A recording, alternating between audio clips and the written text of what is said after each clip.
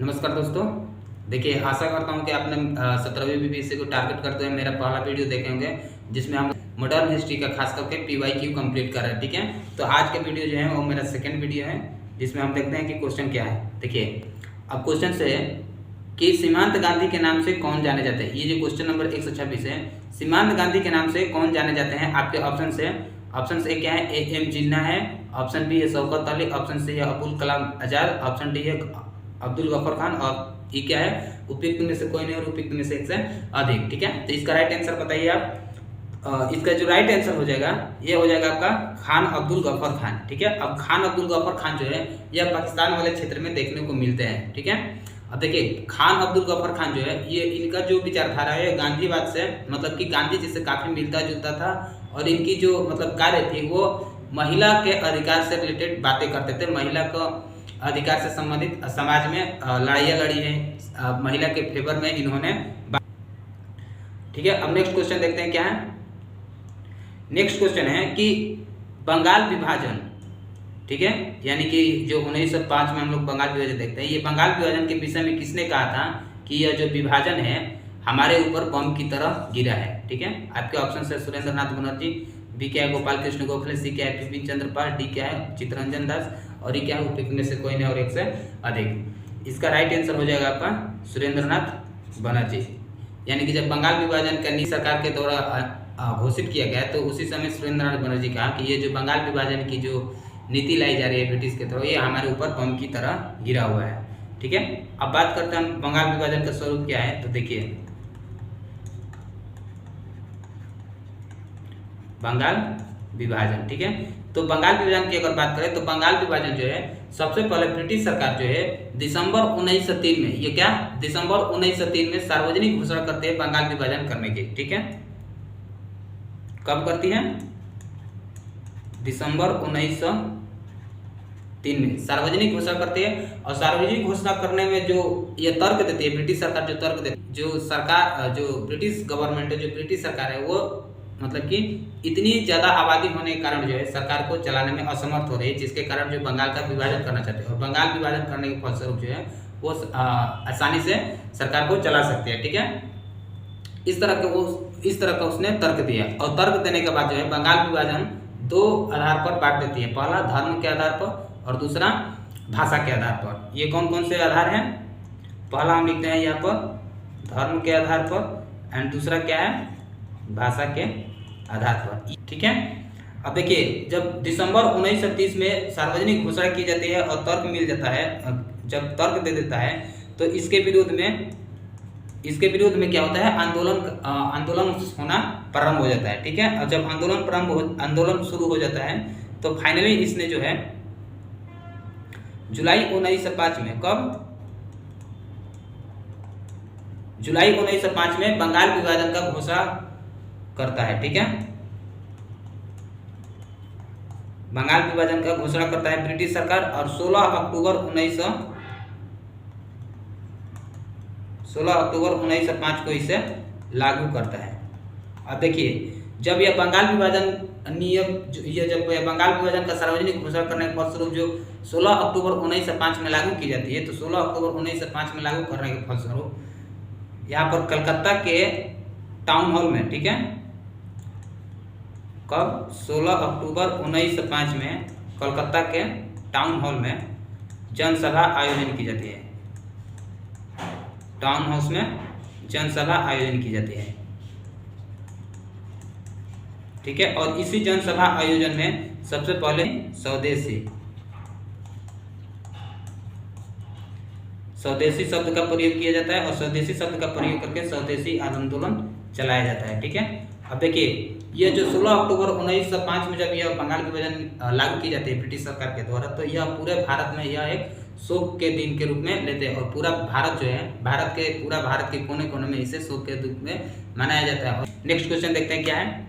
अच्छा देखिए, अब ये उदारवादी नेता और उग्रवादी नेता, अब ये थोड़ा इंपॉर्टेंट है समझने के लिए। अब ये जो उदारवादी नेता है, उदारवादी नेता में आपके आते हैं सुरेंद्र नाथ बनर्जी, के मित्रा, पृथ्वी चंद्र राय, आनंद मोहन बोस, दादा भाई नौरोजी। ठीक है, और वहीं उग्रवाद के नेता देखा जाए तो ये आते हैं बाल गंगाधर तिलक, लाला लाजपत राय, बिपिन चंद्र पाल और अरविंद घोष। ये जो है उग्रवादी दल के नेता हैं। इनका मानना है कि भारत से ब्रिटिश को पूरी तरह से हटाना, इनको स्वराज की मांग था, स्वराज की मांग। ठीक है, अब यही उदारवादी नेता को देखा जाए तो उदारवादी नेता का जो विचारधारा थी, इनका यह मानना था कि ब्रिटिश के साथ रह करके भारतीय। क्वेश्चन देखिए, नेक्स्ट क्वेश्चन है,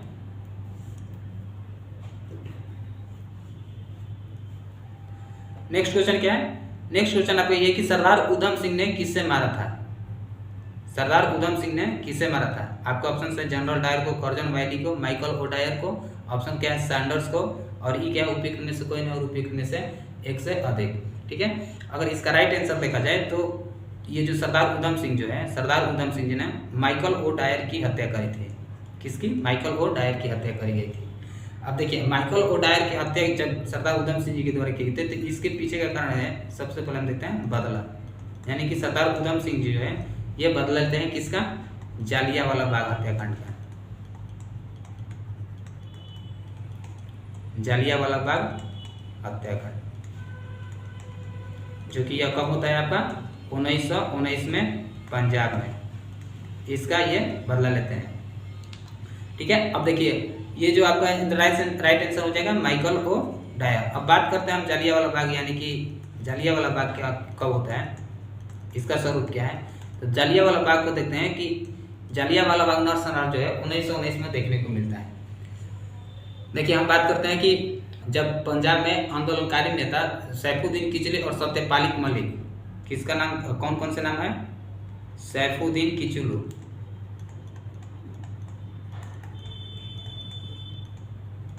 सैफुद्दीन किचलू और सत्यपाल मलिक।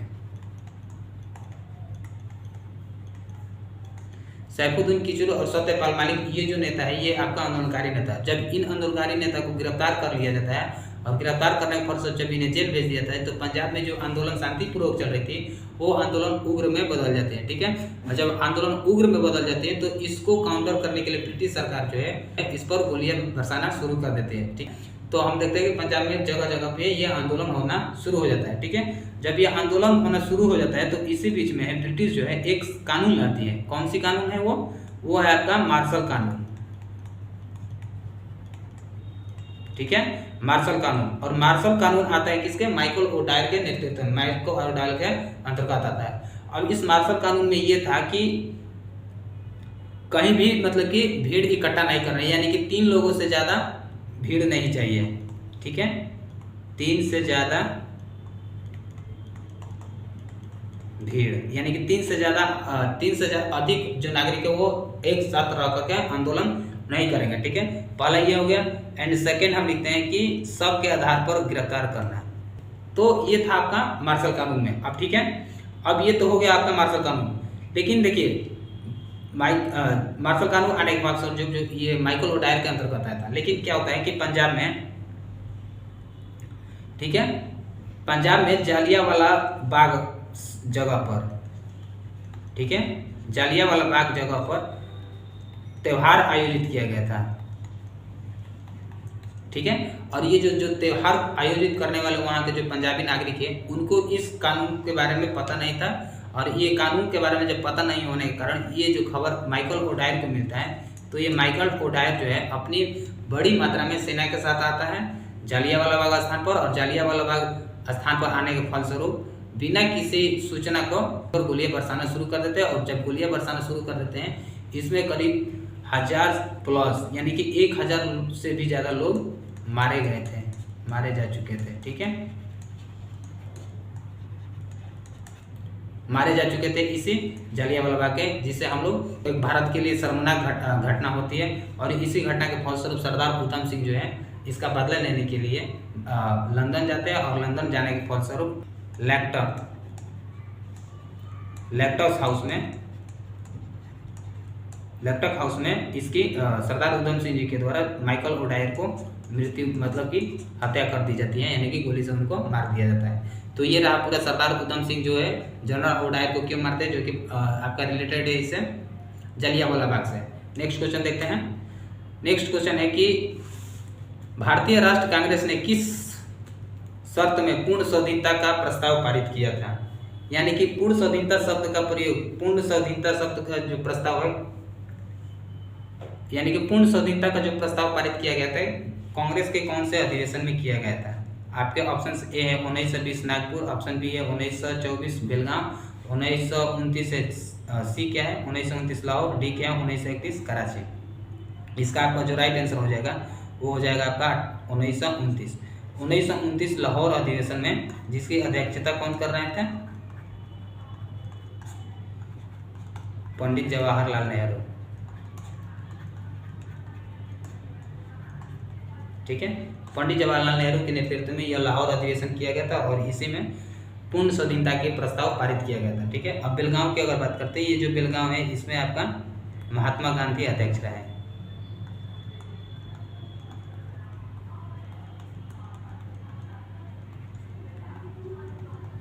महात्मा गांधी अध्यक्ष रहे।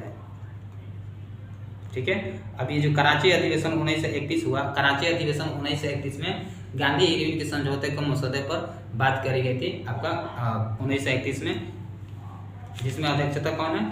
सरदार वल्लभ भाई पटेल। ठीक है, अब नेक्स्ट क्वेश्चन देखते हैं कि नेक्स्ट क्वेश्चन क्या है। नेक्स्ट क्वेश्चन है कि प्रसिद्ध गांधी इरविन समझौता किस वर्ष हुआ? अब ये जो गांधी इरविन समझौता हुआ वो आपका 1931 में हुआ, यानी कि ऑप्शन सी इसका राइट आंसर होगा। यानी कि ये जो आंसर है 1929, 30 और 32 ये नहीं होगा, आपका 29 सी होगा। अब गांधी इरविन समझौते की अगर बात करें तो देखिए गांधी इरविन समझौते जो है जब 1930 में जब भारतीय कांग्रेस के नेताओं को जब जेल से रिहा कर दिया गया और जेल से रिहा करने के बाद भारत के वायसराय इरविन और महात्मा गांधी के बीच एक समझौता होता है और ये जो समझौता चलती है टोटल 15 दिन तक चलती है। हम देखते हैं इसमें ये शर्त होता है जिसमें इसमें ये प्रावधान रखी जाती है कि गांधी इरविन समझौते के अंतर्गत जो भी राजनीतिक पार्टी के नेता हैं, जो भी राजनीतिक नेता हैं, उनको जेल से रिहा कर दी जाएगी और जो क्रांतिकारी है उनको जेल से रिहा नहीं करी जाएगी। ठीक है, तो इस तरह के कुछ ऐसे मतलब इसमें ऐसे कुछ प्रावधान होते हैं जो कि इसमें मैंने मुख्य दो रूप से बताए हैं और ये जो गांधी इरविन समझौता आता है आपका 1931 में। नेक्स्ट क्वेश्चन देखते हैं कि इनमें से कौन 1946 में भारत भेजे गए कैबिनेट मिशन के सदस्य नहीं था। अब भारत भेजे गए मिशन में एक सदस्य नहीं था, कौन? आपके ऑप्शन से sir Stafford Cripps, Ramsay MacDonald, A V Alexander and Lord Pethick Lawrence. तो इनमें से कौन से ऐसे मतलब कि अंग्रेज अधिकारी हैं जो कि इसका कैबिनेट मिशन का सदस्य नहीं था? तो आपका जो राइट आंसर हो जाएगा आपका रैमजे मैकडोनाल्ड। ठीक है, देखिए अब जब 1946 में ये कैबिनेट मिशन आया तो कैबिनेट मिशन में ये मुख्य रूप से 3 सदस्य थे। कौन कौन? सर स्टैफोर्ड क्रिप्स थे, एवी अलेक्जेंडर थे और ये लॉर्ड पैथिक लॉरेंस थे। ठीक है, अब ये जो सर स्टैफोर्ड क्रिप्स है, ये जो है व्यापार बोर्ड के अध्यक्ष।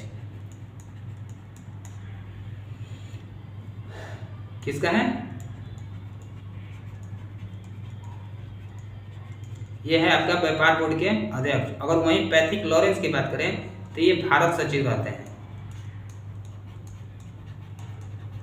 ठीक है, भारत सचिव। अब ये जो है एवी अलेक्जेंडर, अब ये जो एवी अलेक्जेंडर हैं ये आपके हैं नौसेना के मंत्री।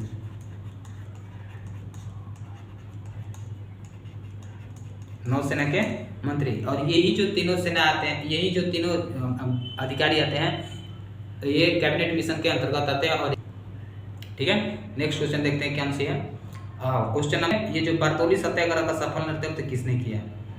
बारदौली सत्याग्रह का सफल नेतृत्व किसने किया? आपका ऑप्शन है वल्लभ भाई पटेल, मोतीलाल नेहरू, जेबी कृपलानी और डी क्या पंडित जवाहरलाल नेहरू और क्या उपयुक्त में से कोई नहीं, उपयुक्त में से एक से अधिक।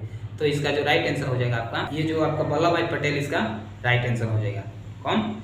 इसका राइट आंसर कौन हो जाएगा? वल्लभ भाई पटेल। अब ये जो वल्लभ भाई पटेल के नेतृत्व में सत्याग्रह बारदौली सत्याग्रह चलाई जाती है और इसका जो मेन कारण होता है कर में वृद्धि का विरोध। ठीक है, कर में वृद्धि का विरोध, जो कि यह जो बारदौली सत्याग्रह है यह आपका सविनय अवज्ञा आंदोलन का एक हिस्सा था। ठीक है, अब ये जो आपका बरदौली सत्याग्रह है, इस बरदौली सत्याग्रह को हम लोग नमक सत्याग्रह के अंतर्गत देखते हैं। नमक सत्याग्रह के अंतर्गत ही यह बरदौली सत्याग्रह था, जो कि लोगों के अंदर प्रचार प्रसार करना था नमक सत्याग्रह के माध्यम से, ठीक है। और जिसमें हम लोग वल्लभ भाई पटेल का देखते हैं बरदौली सत्याग्रह। नेक्स्ट क्वेश्चन देखते हैं क्या है। नेक्स्ट क्वेश्चन है, सुभाष चंद्र बोस ने निकोबार द्वीप को नाम दिया था। आपका ऑप्शन है स्वराज द्वीप, शहीद द्वीप, बलिदान द्वीप। ऑप्शन डी क्या है, नवोदय द्वीप। उपयुक्त क्या है, उपयुक्त में से कोई नहीं और उपयुक्त में से एक से अधिक। तो इसका राइट आंसर हो जाएगा आपका कौन सा, बी हो जाएगा राइट आंसर, शहीद द्वीप। और ये जो शहीद द्वीप है ये इनकी से ना INA से रिलेटेड है, ठीक है। जब यह INA से जुड़ जाता है और INA से जुड़ने के फलस्वरूप जब भारत से ब्रिटिश को हटाने के निर्णय लेता है, और निर्णय लेने के बाद जब यह जापान जाते हैं और जापान जाने के बाद वहाँ के जो सैनिकों से मिलते हैं, सैनिकों से मिलने के बाद जब वो मतलब INA का गठन करता है और गठन करने के फलस्वरूप भारत पर आक्रमण करने की बारी आती है, तो यह अंडमान निकोबार द्वीप पर अपना अंतरिम सरकार की गठन करता है और अंतरिम सरकार गठन करने के फलस्वरूप वहीं पर ये जो है नाम देते हैं, जिनका नाम क्या होता है, शहीद द्वीप नाम रखते हैं, ठीक है। नेक्स्ट क्वेश्चन देखते हैं कि फरवरी 1922 में पुलिस चौकी में आग लगने की घटना से संबंधित चौरा चौरी कांड जो है किस राज्य में हुआ। अब ये चौरा चौरी कांड जो है किस राज्य में हुआ, तो ये आपका होगा उत्तर प्रदेश, ठीक है। उत्तर प्रदेश के कहाँ पर, गोरखपुर जिला में। यह जो घटना होता है उत्तर प्रदेश के गोरखपुर जिला में। अब इसका रीजन देखते हैं कि ये जो चौरा चौरी कांड क्यों होता है। तो चौरा चौरी कांड का मेन देखते हैं कि कुछ ऐसे आंदोलनकारी जो है, मतलब कुछ आंदोलनकारी जो है विरोध प्रदर्शन कर रहे थे, और ये जो विरोध प्रदर्शन कर रहे थे ये आपके कर रहे थे किसके अगेंस्ट, शराब के मूल्य में वृद्धि से।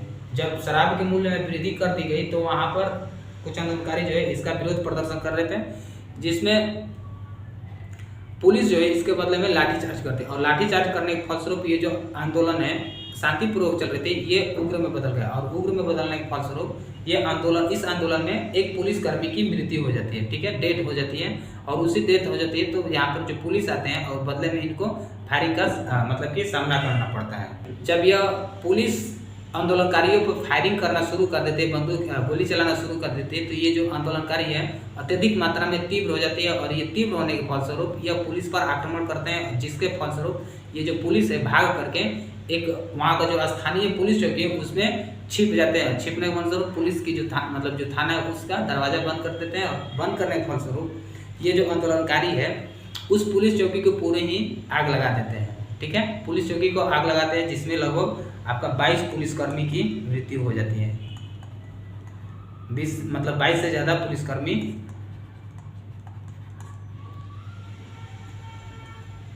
जिसमें 22 से ज़्यादा पुलिसकर्मी जो है मर जाते हैं, ठीक है। तो ये होता है आपका कब, ये होता है कब, मतलब कब ये कहाँ होता है आपका उत्तर प्रदेश के गोरखपुर जिला में होता है, ठीक है। नेक्स्ट क्वेश्चन देखते हैं क्या है। और नेक्स्ट क्वेश्चन है आपका 1946 में, ठीक है, 1946 में गठित अंतरिम सरकार के मंत्रिमंडल के श्रम विभाग जो है किसे सौंपा गया था, ठीक है। आपका ऑप्शंस कौन से हैं, जगजीवन राम है, डॉक्टर राजेंद्र प्रसाद है, अनुग्रह नारायण सिंह है, और डी क्या है, सैयद अली जहीर है, और ई क्या है, उपयुक्त में से कोई नहीं, उपयुक्त में से एक से अधिक। तो इसका जो राइट आंसर हो जाएगा वो हो जाएगा आपका जगजीवन राम, यानी कि जगजीवन राम को यह अंतरिम सरकार जो कि 1946 में अंतरिम सरकार बनी थी उसमें जगजीवन राम को श्रम विभाग मिला हुआ था, ठीक है। अगर वहीं वल्लभ भाई पटेल को देखा जाए, अगर वल्लभ भाई पटेल को देखा जाए तो वल्लभ भाई पटेल की जो विभाग मिला था वो आपका गृह विभाग मिला था, ठीक है। अली जीना को देखा जाए, अली को देखा जाए तो वहाँ पर अली को क्या मिला था, वित्त विभाग मिला था। तो इस तरह की जो अंतरिम सरकार में नेता थे और उनको कुछ विभागें मिली गए थे, ठीक है। देखते हैं आगे। देखिए ये अंतरिम सरकार के मंत्री जो हैं उन्हें कुछ अंतरिम सरकार जो कि 1946 में बने थे उनके कुछ मंत्री है, और उस मंत्री के जो मिले गए विभाग है उसका यहाँ पर लिस्ट बना हुआ है। पंडित जवाहरलाल नेहरू की अगर बात करें तो पंडित जवाहरलाल नेहरू को कौन सा कार्यकारी के उपाध्यक्ष बनाया गया था, सरदार वल्लभ भाई को गृह विभाग मिला हुआ था, बलदेव सिंह को रक्षा विभाग मिला हुआ था, सी राजगोपाली को शिक्षा विभाग मिला हुआ था, राजेंद्र प्रसाद को कृषि एवं खाद्य विभाग मिला हुआ था, और जगजीवन राम जो कि श्रम विभाग, जो कि यही क्वेश्चन था हमारा कि जगजीवन राम को अंतरिम सरकार के अंतर्गत कौन सा विभाग मिला हुआ था। ठीक है, आसफ अली को देखा जाए तो रेलवे, वहीं लियाकत अली को देखा जाए तो वित्त मंत्रालय मिला था, और जॉन मथाई को परिवहन मंत्रालय मिला था। ठीक है, नेक्स्ट क्वेश्चन देखते हैं कौन सी है। नेक्स्ट क्वेश्चन है कि खुदीराम बोस ने किस स्थान पर किंग्स फोर्ट की हत्या करने का प्रयास किया गया था। आपका ऑप्शन है पटना, बी क्या है दरभंगा, सी क्या है मुजफ्फरपुर, डी गया, ई क्या है उपयुक्त में से कोई नहीं, उपयुक्त में से अधिक। तो इसका जो राइट आंसर हो जाएगा ये हो जाएगा आपका मुजफ्फरपुर में। अब बात करते हैं खुदीराम बोस जो किंग्स फोर्ट की हत्या करने की कोशिश किए गए थे, ये इसका स्वरूप क्या है। तो देखिए, ये जो आपका हत्या करने का जो स्वरूप आता है यह बंगाल विभाजन से संबंधित है। जब बंगाल विभाजन जब ब्रिटिश सरकार जो है बंगाल विभाजन का सार्वजनिक घोषणा करते हैं, सार्वजनिक घोषणा करने के फलस्वरूप जब 1905 में लागू करती है, 16 अक्टूबर 1905 में लागू करती है, और 16 अक्टूबर 1905 में लागू करने के बाद जो भारत में व्याप्त स्तर पर जिस तरह आंदोलन बढ़ते हैं, जिस तरह से क्रांतिकारी होता है, जिस तरह से उग्रवादियों की मतलब कि आंदोलन होता है, उसी में एक ये मुजफ्फरपुर का आंदोलन आता है, मुजफ्फरपुर का ये किंग्स फोर्ट की हत्या करने का प्रयास आता है। ठीक है, अब इसी में क्या होता है कि खुदीराम बोस, ठीक है, खुदीराम बोस और प्रफुल्ल चक्की, ठीक है, खुदीराम बोस और प्रफुल्ल चक्की के नेतृत्व में ये जो किंग्स फोर्ट की हत्या करने की प्रयास की जाती है। ठीक है, नेक्स्ट क्वेश्चन क्या है। नेक्स्ट क्वेश्चन है डॉक्टर राजेंद्र प्रसाद का संविधान सभा का सभापति चुना गया कब। ये तो आपका हो जाएगा आंसर डी, दिसंबर 1946 में। दिसंबर 1946 में संविधान सभा का सभापति चुना गया था। नेक्स्ट क्वेश्चन क्या है। नेक्स्ट क्वेश्चन है आपका कि ये झांसी की रानी लक्ष्मीबाई की मृत्यु कहाँ पर हुई। अब झांसी की रानी लक्ष्मीबाई की जो घटना है यह है आपका 1857 का सिपाही विद्रोह। ठीक है, अब क्वेश्चन है कि जो झांसी की रानी लक्ष्मीबाई की मृत्यु कहाँ होती है। ऑप्शन है आपका A Lucknow, option B Kanpur, option C Gwalior, option D Jhansi. देखिए, अब झांसी की रानी लक्ष्मीबाई जो है ये तो झांसी की रानी है। ठीक है, इनके पति का नाम क्या है, गंगाधर राव।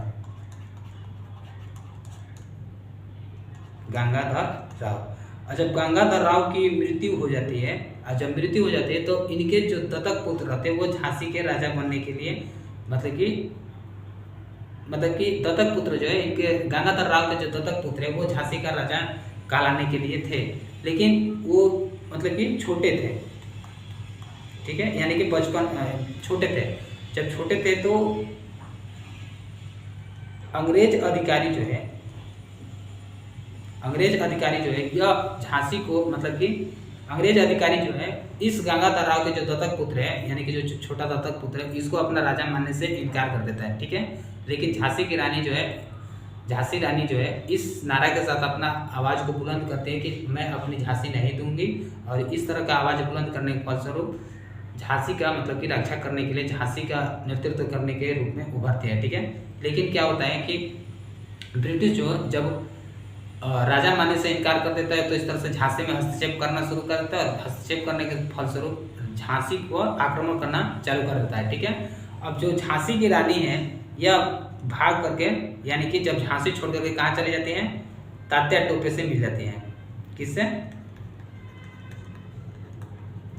तात्या टोपे के साथ मिल करके इस ब्रिटिश का अगेंस्ट मतलब कि लड़ाई लड़ती है, और इस तात्या टोपे के साथ लड़ाई करने के फलस्वरूप ये जो लड़ाई होता है कहाँ पे होता है, ग्वालियर में। और ग्वालियर में क्या होता है कि ग्वालियर के जो मतलब कि वहाँ का जो ग्वालियर के जो राजा है वो किससे मिला रहता है, अंग्रेज से। ठीक है, यानी कि ग्वालियर का जो राजा है वो अंग्रेज से मिला होने के कारण झांसी की रानी को ग्वालियर में ब्रिटिश जो है इनको मार देते हैं और इनकी मृत्यु हो जाती है। ठीक है, तो ये मतलब कि झांसी की रानी के जो स्वरूप है जो कि 1857 के सिपाही विद्रोह से संबंधित है। नेक्स्ट क्वेश्चन देखते हैं कि कौन सी है। मैं ऐसा करता हूँ कि आप जो पहले वीडियो देखे होंगे, ठीक है, और ये सेकंड वीडियो आप देखिए, अपने दोस्तों को भी शेयर करिए, जो कि 17वीं बीपीएससी के लिए सबसे इम्पोर्टेंट है। और सबसे ज़्यादा इम्पोर्टेंट ये है कि बीपीएससी के क्वेश्चन में सबसे ज़्यादा हिस्ट्री से आती है, तो वो आपका मॉडर्न हिस्ट्री से आती है।